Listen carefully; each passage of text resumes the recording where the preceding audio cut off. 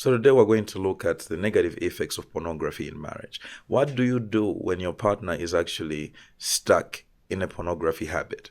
If you're a woman, how do you deal with it? If you're a man, how do you deal with it?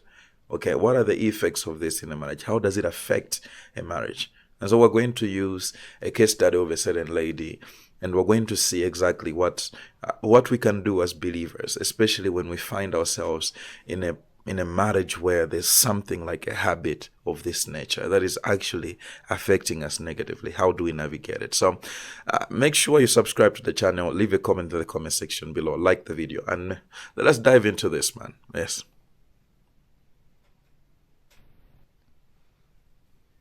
My husband has a corn addiction, and I'm going to answer some questions about it. One of the questions was, does it affect your intimacy, and how?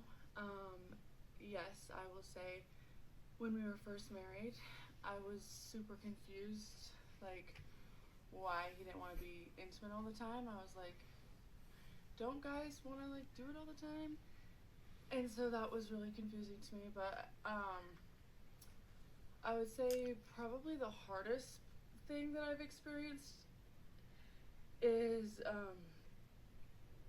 there's just been times, like this was when he was in the thick of his addiction, that like I knew he'd be coming home, and so I would dress up in lingerie, and then like he'd come home, and then he would just be like, oh cool, and then like play video games or something, and that would like literally shatter me. So I think that was like the hardest part. And I mean, this is pretty like, I don't know, this is maybe TMI, but it's, I want to share it in case like I know there's other people going through a similar situation. So you can actually see that the biggest thing that actually was negatively impacted in her marriage when she was just starting out was that, okay, her husband is actually caught up in this addiction, and so it affected their intimacy, their sex life to begin with. Okay, so instead of this man being interested in her, it seems he had no interest in even engaging physically with her. She would actually do everything to attract him, to get his attention, but nothing was actually working. Why? Because he was addicted to pornography. Okay, now let's continue. And I posted another video just reminding everybody that just because your partner struggles with a corn addiction, it's not because of you. It's not because you're not enough. Um, it's an unhealthy coping mechanism that they learned when they were young, at least my husband, and it is really hard to break from. But I mean, I have to remind myself every day that it has nothing to do with me. So, but then I also will say, like, someone asked what what's helped the intimacy be better. The only thing that's helped is my husband being in actual recovery versus when I thought he was in recovery. Um, it's like night and day.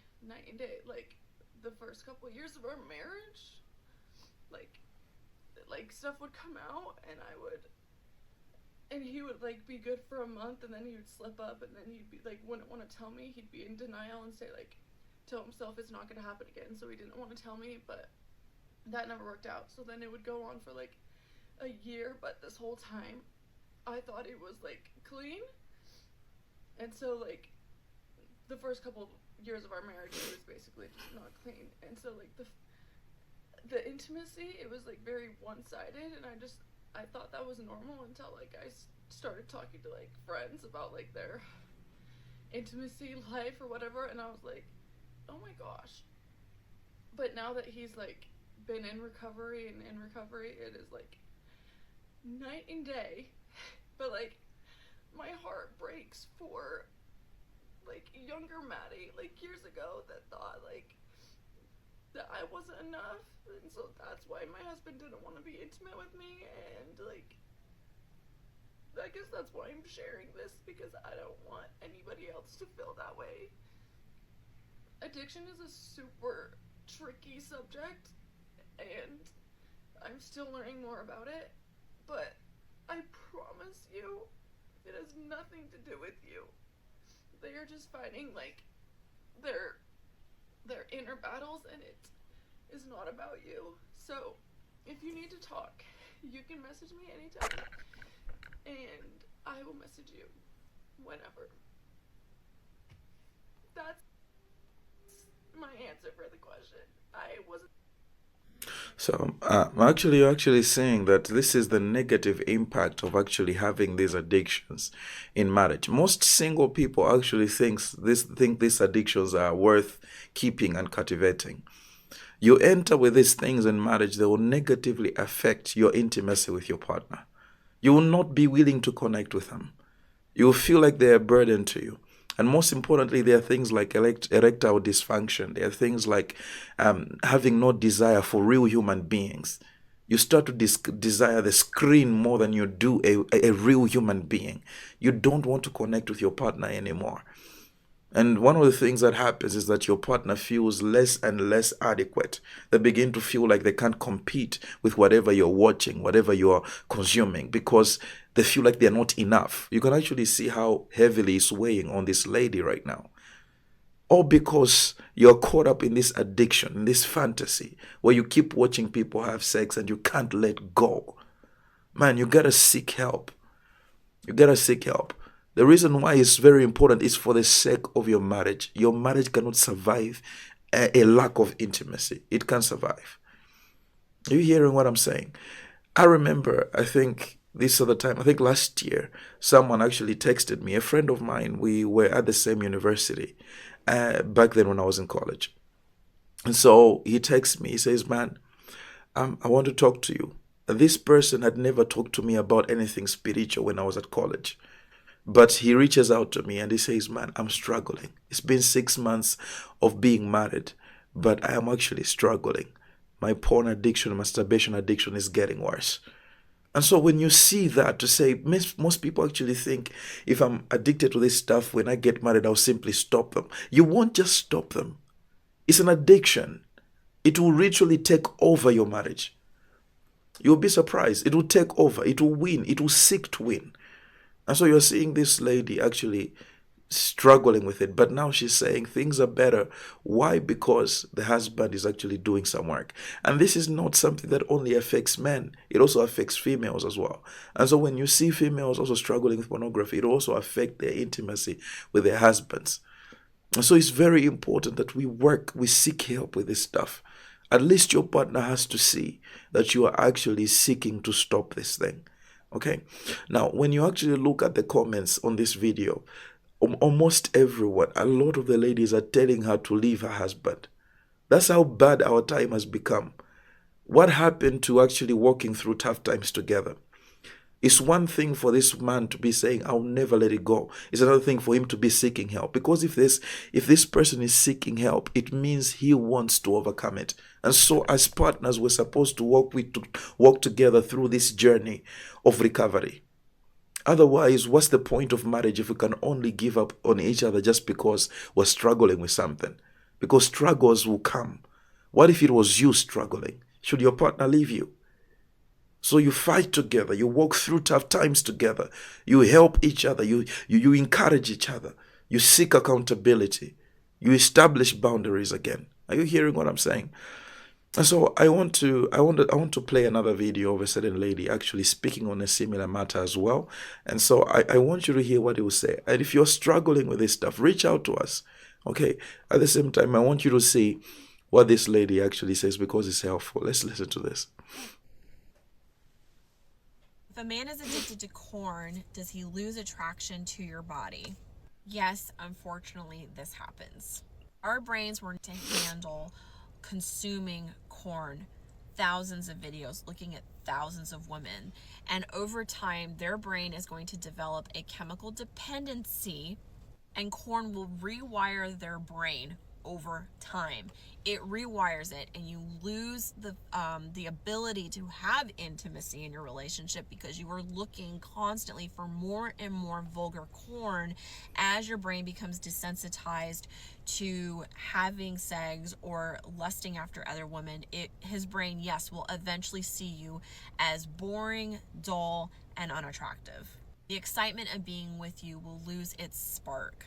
Our brain was never meant to handle consuming hundreds of women, and our brains are not evolving with how quickly that this is being accessible to us.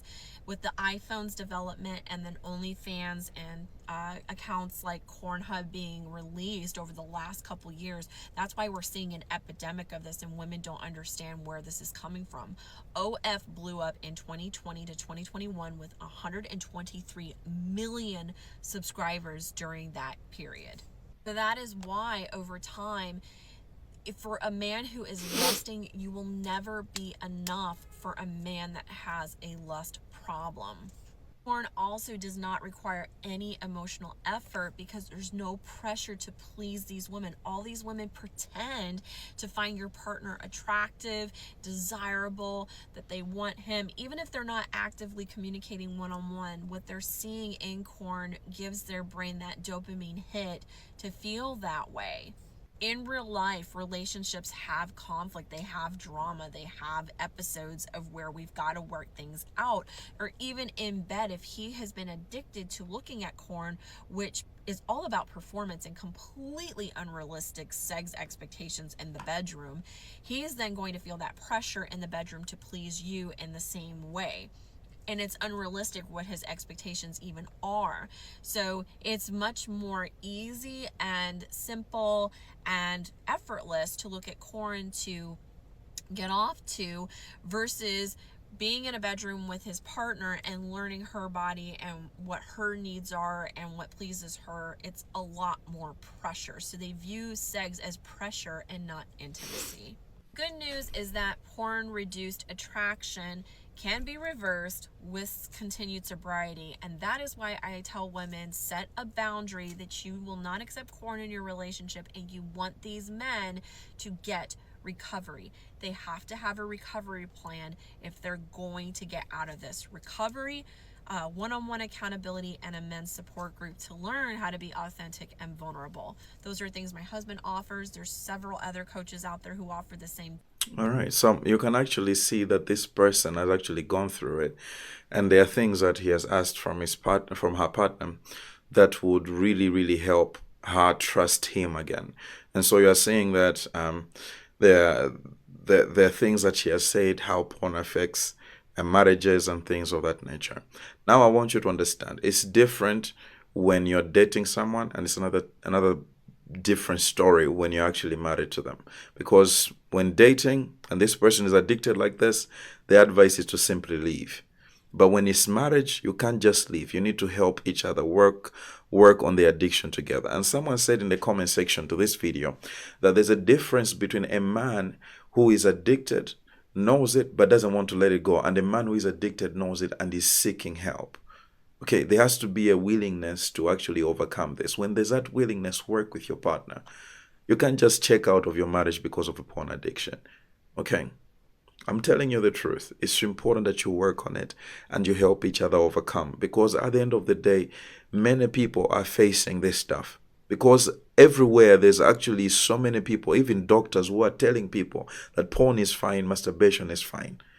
But these things are negatively affecting people's lives. They're telling them this is okay. This stuff is fine. And so this is why it's negatively affecting so many families. So many people are walking around validated and actually thinking that it's okay to do these things.